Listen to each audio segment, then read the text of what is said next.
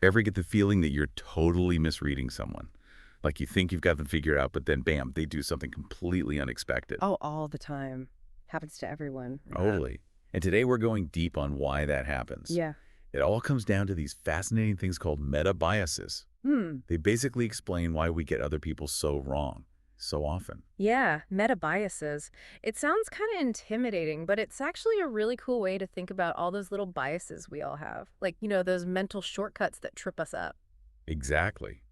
And for this deep dive, we're pulling from some really interesting educational psychology research. There's this article by Hunter Gelbach and Christine Calderon-Vrusima. Oh, yeah, that one's a good one. They've taken a whole bunch of different biases, all those things that make us misjudge people, and they've boiled it down to just two main motivations. It's kind of like a unified theory of why we get each other wrong. Right. It's like the grand theory of social awkwardness. But on a serious note, I think this is super relevant today, because understanding where someone else is coming from is more important than ever. Totally. Especially now when there's so much diversity in our lives. Like we're interacting with people from different backgrounds, different cultures, different everything. It's amazing, but it also means there's more room for misunderstanding. 100%. Okay. So let's start with the basics. When we're trying to figure someone out, what's our default setting? Like, what's the goal, at least in theory? Well, the basic idea is that people generally want to see themselves and others accurately. It's like our starting point. Not always successful, obviously, but it's the intention. Makes sense, right? Yeah. Why would you intentionally try to get someone wrong? Yeah, it's not exactly a recipe for smooth interactions. And research actually backs this up. Like a lot of studies have shown that people really are motivated to be accurate in their judgments. It's not just wishful thinking. So there's hope for us yet. There is. There is. And there's another reason: aim for accuracy. It pays off. When you can understand people well, you tend to function better in pretty much every area of life. Okay, so how does that work? Well, research suggests that accurate perception is linked to better intellectual functioning, like you're just sharper mentally. And you also become more socially sensitive, better at reading people's emotions and stuff. There's even evidence that it helps you understand yourself better, like you're more self-aware. So it's not just about getting other people, it's about getting yourself, too. Totally. And the benefits go beyond the individual level. Like, studies on couples show that those who understand each other well tend to have stronger relationships. And for teenagers, being good at seeing things from other people's perspectives is linked to fewer adjustment problems. Like, they just navigate life better. Wow, okay, so accuracy seems like a pretty good goal. Absolutely. It's like the foundation for good relationships, good decisions, even just feeling good about yourself. It's all connected. But then why do we get it wrong so often? Like, if accuracy is the goal, why all the misinterpretations and miscommunications? That's where those meta biases come in. They're like those powerful forces that can override your desire to be accurate. Okay, so remind me what those two big meta biases are again. The first is this desire for what we call cognitive efficiency. Basically, your brain is kind of lazy. It wants to do as little work as possible. Sounds about right. And the second meta bias is this need to protect and enhance your sense of self. Like your ego and your self-esteem. It's all about feeling good about yourself, even if that means tweaking your perception of others a bit. Oh, I definitely see that one at play all the time. Totally. And it's important to remember that these aren't usually conscious decisions you're making. They're like these unconscious drivers that shape how you interpret information about people. You're not necessarily choosing to be biased. It just kind of happens. Okay, let's break those down a bit more. So first up, cognitive efficiency, the lazy brain thing. How does wanting to save mental energy lead us to misread others? Think about it this way. Your brain is constantly bombarded with information, right? And social information, all the stuff you need to understand other people, that's like a huge chunk of that. Yeah, you've got facial expressions, tone of voice, body language, social cues, all that stuff coming at you from every direction. It's a lot. Exactly. And to handle all of that, your brain takes shortcuts. Like it creates these mental rules of thumb to make things easier. It's what some researchers call being a cognitive miser. Being a what? A cognitive miser. It's like your brain is stingy with its mental energy. It doesn't want to work any harder than it has to. I can relate to that. And usually these shortcuts are pretty helpful. They allow you to quickly process information and make decisions. But when it comes to understanding people, they can lead you down the wrong path. Okay, so what are some specific examples of these efficiency-driven biases? Well, one is this thing called anchoring and adjusting. It's basically this idea that when you're trying to understand someone, You start with yourself as a reference point. Like, how would I feel in this situation? And then you try to adjust from there. Makes sense. You use yourself as a starting point. Yeah, but the problem is that these adjustments often don't go far enough. Yeah. You might not fully account for all the ways the other person is different from you, their background, their experiences, their personality, all that stuff. So you're not adjusting enough to really get where they're coming from. Exactly. And research suggests one reason we don't adjust enough is that we tend to stop once we reach a conclusion that seems good enough. Like, we're satisfied with a plausible explanation, even if it's not completely accurate. It's like our brains are saying, close enough, let's move on. Right. And interestingly, we're more likely to use this anchoring and adjusting strategy when we think we're similar to the other person. Like, if you see someone as like you might assume you understand them better than you actually do. Okay, what about stereotyping? That's a big one, obviously. Yeah, stereotyping is definitely a cognitive shortcut. And it kicks in when you perceive someone as different from you. Instead of using yourself as a reference point, you rely on general knowledge about their group. Those often oversimplified ideas about what people from that group are like. The classic us versus them thinking. Exactly. And even stereotypes that are somewhat nuanced can be problematic because they still encourage you to think in categories rather than seeing each individual as unique. And that's where the accuracy goes out the window. So the takeaway there is, just because someone belongs to a certain group doesn't mean they fit the stereotype. Totally. And it's important to remember that stereotypes aren't always negative. They can be positive too. But any kind of stereotype can lead to inaccurate judgments because you're essentially applying a broad brush to a specific person. Okay, what about that fundamental attribution error thing? It sounds pretty intense. It is pretty powerful. And it basically describes this tendency to overemphasize someone's personality or character as the reason for their behavior while kind of ignoring the situation they're in. So it's like saying they did that because that's just the kind of person they are. Exactly. You see someone acting a certain way and you immediately jump to a conclusion about their personality without really considering all the external factors that might be influencing them. Yeah, it's easy to do like they snapped at me because they're rude rather than maybe they're having a really stressful day. Exactly. And the interesting thing is that we're much less likely to do this for ourselves. Like, we're pretty good at coming up with situational explanations for our own behavior. Yeah. But when it comes to other people, we jump to those personality judgments way more often. So why do we do that? Well, for one thing, it's easier. Like, thinking that it's all about their personality, they're lazy, they're aggressive, whatever, provides a simple, straightforward explanation. It doesn't require a lot of mental gymnastics. Makes sense. It's like our brains are saying, let's not overthink this. Totally. To consider all the possible situational factors that might be contributing to someone's behavior, that takes a lot more effort. And when your brain is already trying to conserve energy, that's not really appealing. So the key takeaway there is, remember to consider the situation before jumping to conclusions about someone's personality. Exactly. The situation might be a much bigger factor than you think. Okay, and finally in this category, you mentioned the availability heuristic. How does what easily comes to mind affect how we see others? Okay, so the availability heuristic is this mental shortcut where you basically judge how common or likely something is based on how easily you can think of examples of it.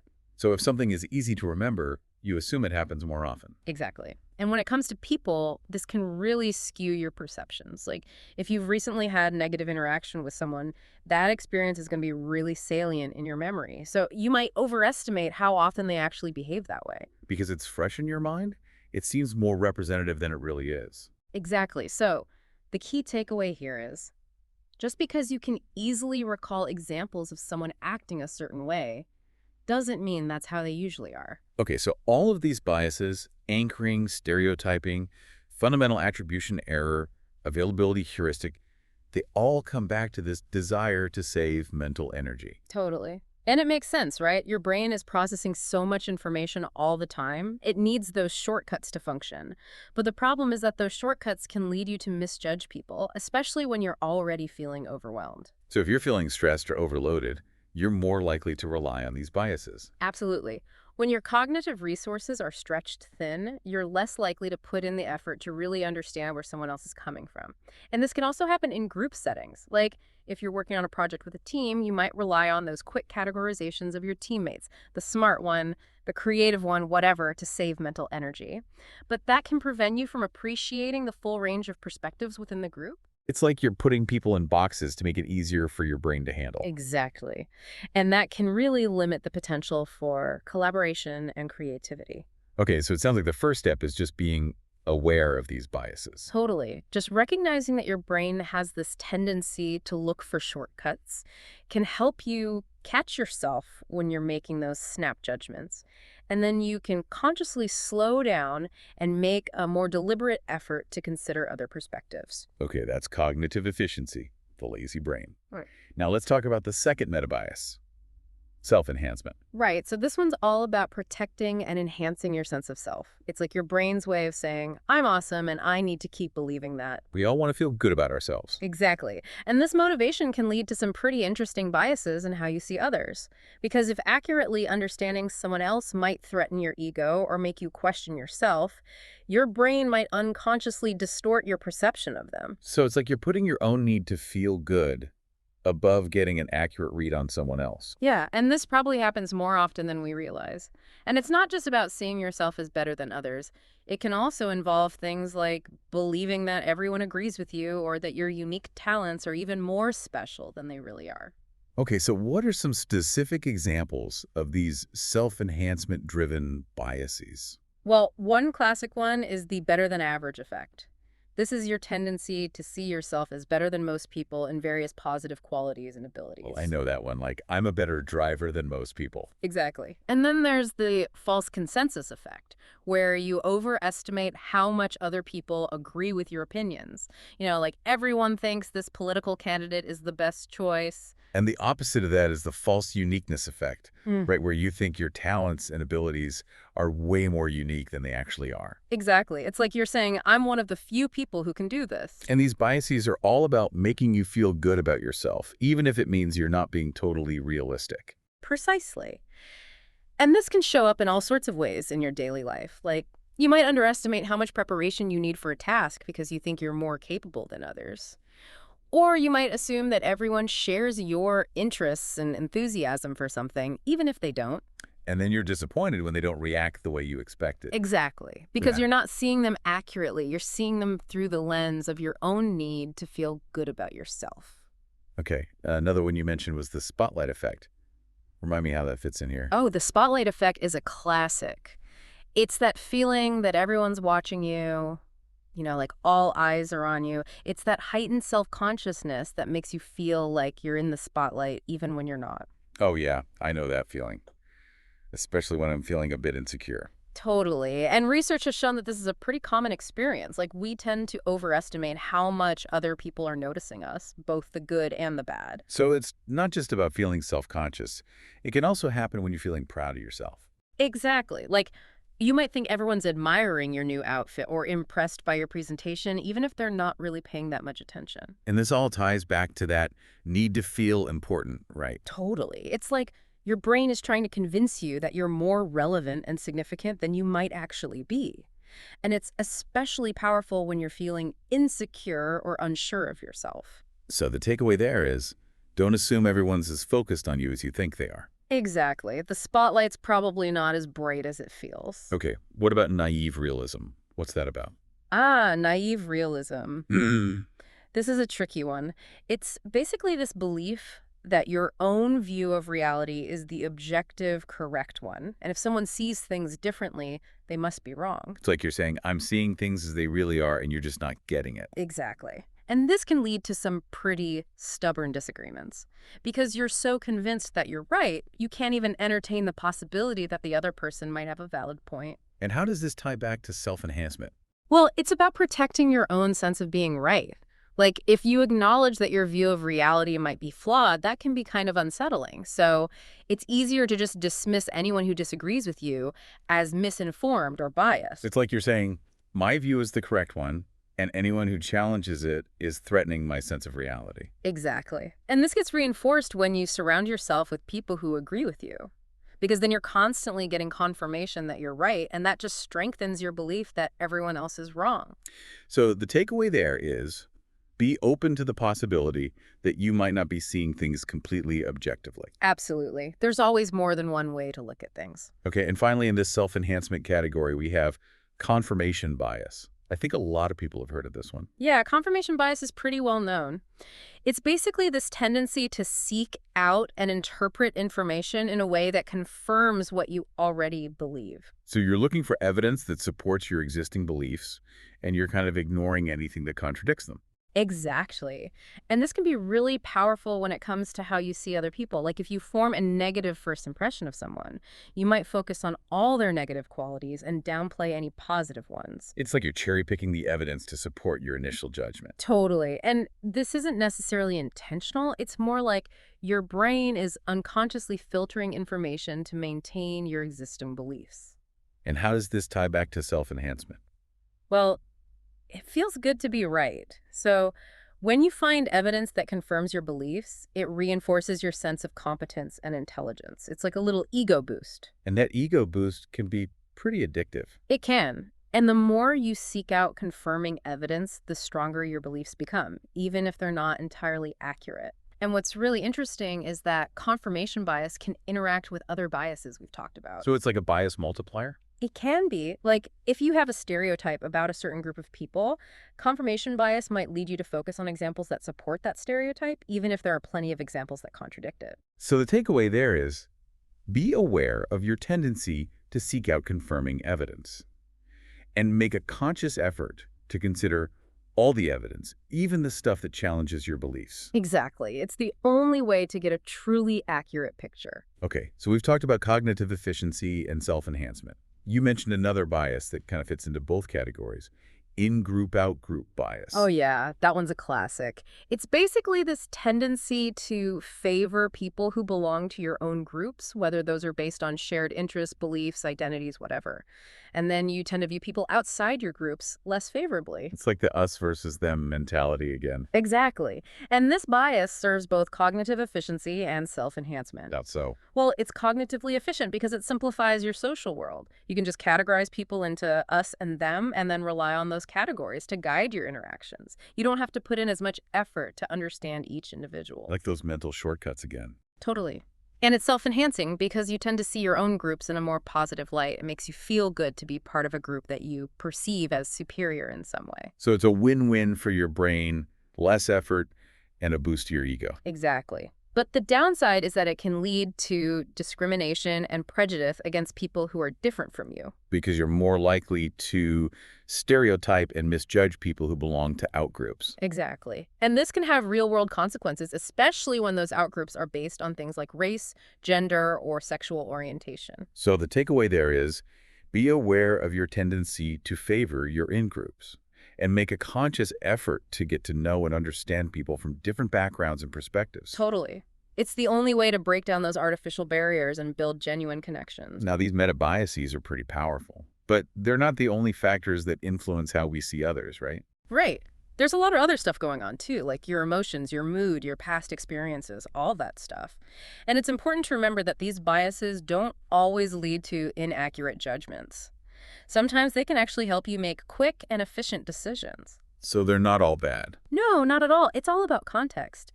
Like, if you're in a dangerous situation, you might need to rely on stereotypes to make a quick judgment about someone's intentions. But in most everyday situations, it's important to be aware of these biases and try to mitigate their negative effects. So how do we do that? Well, the first step is awareness. Like, just knowing about these biases and how they work can help you catch yourself when you're falling into those traps. And then you can consciously try to slow down, gather more information, and consider different perspectives. It's like building those mental muscles to override those automatic responses. Exactly. And it takes practice. But the more you do it, the better you'll get at it. And the more accurate and empathetic your perceptions of others will become. That's a great takeaway. So to sum things up, we've explored these two big meta-biases: cognitive efficiency and self-enhancement, and how they can lead us to misread and misjudge others. Totally. And the key takeaway is that recognizing these biases is the first step to overcoming them. Once you understand how your brain is trying to trick you, you can start to make more conscious and informed choices about how you see the world. And that can have a huge impact on your relationships, your work, your overall well-being. Absolutely. It's all connected. So as a final thought for you listening, think about a time you had a conflict or misunderstanding with someone. Do you think one of these meta-biases might have been at play? How might things have gone differently if you'd been more aware of those biases? Yeah, it's something to think about. And remember, we all have these biases. It's part of being human. But with a little bit of effort, we can learn to manage them and become more accurate and compassionate in our interactions with others. And that's what it's all about, right? Understanding each other better. Exactly. It's worth the effort. Thanks for joining us for this deep dive. My pleasure.